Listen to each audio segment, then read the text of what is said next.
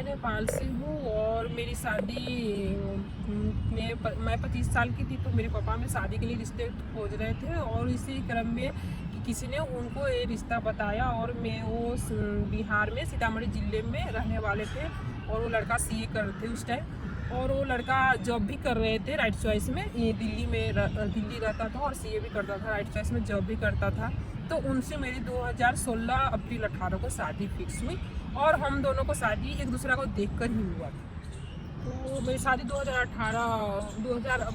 2016 अप्रैल 18 को हुई थी। तो उसके बाद तो रिचुअल सब पड़ा, जैसे कि हम लोगों बरसाइत, मधुश्रावणी, कोजगरा, दुरागमन ये सब होती है और जितना फेस्टिवल होता है साल भर, उस साल भर में सब फेस्टिवल में मायके से ससुराल में बेटी के लिए कुछ जाता है, जैसे कि साड़ी, कपड़ा और लड़कों के लिए और खाने पीने का सामान। तो उस चीज़ में वो ये बोलता था कि मतलब कुछ भी ना दे और मेरे को पैसे दे दे। जब मैं प्रेग्नेंट थी तो होली का टाइम था, तो उस टाइम में मेरे पिताजी ने इसने बोला कि होली में कुछ सामान ना भेजकर पैसे ही दे दे। तो थोड़ा ये पैसे मांगने लगे, तो इसकी वजह से मेरे घर वालों ने इस पर शंका जताने कि पैसे क्यों मांगता है, इसमें तो रिचुअल में सामान जाता है, तो वो पैसे देना कोई ज़रूरी नहीं है। अगर नहीं है तो हम सामान भी नहीं देंगे अगर नहीं ज़रूरी है तो। जैसे वो मैंने मिक्सिंग, एक होली था उसमें मिक्सिंग का काम था कि खाना पीना बनता है, तो मैंने उनसे बोला कि मिक्सिंग मेरे को आन दीजिए कि मैं मसाला वो पीसना है। तो उन्होंने मेरे बाप ने मिक्सिंग दिया है तो मिक्सिंग में पीसी की सीट पर पीसना है तो पीस, नहीं तो छोटे। उसी में मैंने बोल दिया कि मेरे पिताजी ने तो जो दिए हैं, अभी मैं खाना भी खाती हूँ उन्हीं का दिया हुआ थाली में खाना खाती हूँ। इसी वजह से उन्होंने मेरे को एक चमेटा मार भी दी और उसी दिन से वो हर कोई भी बात करती थी अपने मतलब मेरे बाप पर नहीं देंगे कुछ भी, तो वो मारपीट स्टार्ट कर दिए। तो उसके बाद वो बच्चे जब होते हैं तो उसके बाद बच्चों को, माँ को बच्चे के 10 चाहिए ना उसको, लेकिन वो भी मेरे ससुराल वालों, सास ससुर कोई भी करने के लिए तैयार नहीं। तो और क्या करें, मेरे मायके में लेकर छोड़। लेकिन वो जब भी फॉर्म भरने का हो, पढ़ने का कुछ भी जरूरी, रूम के रेंट देने का हो, तो मुझसे बोलता था बाप को बोलो कि पैसे देने के लिए कि हम पैसे हमको फॉर्म भरना है। तो मेरी माँ पापा भी नहीं सोचे कि अच्छा चलो मेरे दामाद पढ़ लेंगे तो मेरा ही दामाद पढ़ लेंगे, उससे मेरा बेटी का सुख होगा। तो इसलिए मेरे माँ पापा भी सपोर्ट किए। जब वो 2019 नवंबर में सीए का फाइनल एग्ज़ाम दिए तो 2020 जनवरी को पास हो गए।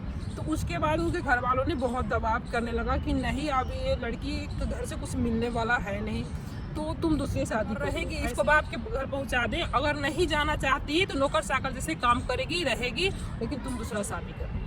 और इसके क्रम में क्या हुआ कि जनवरी, फरवरी, मार्च में लॉकडाउन लगा। मार्च में लगभग शायद लॉकडाउन लगा पहले। तो लॉकडाउन के क्रम में इन लोगों ने प्लान बना लिया कि इसको हम मार देते। और इसमें ऐसा था लॉकडाउन कि हम बाहर में जाना एकदम अलाउ नहीं था। हम बाहर में जाके, अगर बाहर के लोग भी अंदर नहीं आ सकते, तो हमारे पास कोई सपोर्ट नहीं था और हम बहुत डर गए थे। और इतना ज़्यादा हम पे अत्याचार कर रहा था, इतना ज़्यादा कि हम उससे बच के निकले तो निकले कैसे, हम इसी सोच में एकदम। लेकिन हम चुरा छुपा कर कभी फ़ोन करके पापा को बताते थे, भैया को बताते थे वहाँ पे फ़ोन करके, और वो लोग भी कुछ नहीं कर पाते थे। अपना जाने रिश्तेदार को भी फ़ोन करते थे कि हाँ ऐसी ऐसी प्रॉब्लम, क्योंकि बहुत सारे मेरी सारी रिश्तेदार करीब करीब इंडिया में ही है, तो लोग फ़ोन करते थे। लेकिन हम इतना कहते थे कि आप लोग फ़ोन मत करिएगा, क्योंकि वो फ़ोन भी मेरे रिश्तेदार को आता था तो मुझे बहुत टर्चर करता था कि तुम फ़ोन पर क्या बात कर रही हो, और यही कहना है तुम्हें। जितना वो सिखाता था उतना ही बात मुझे कहने देता था।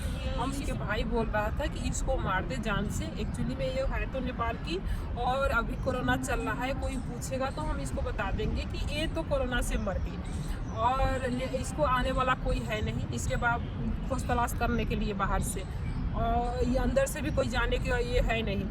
भैया को मैं फ़ोन की और मैं अपने भैया को ये बताई कि भैया मुझे जान की खतरा है, अब बचने का कोई चांस नहीं है।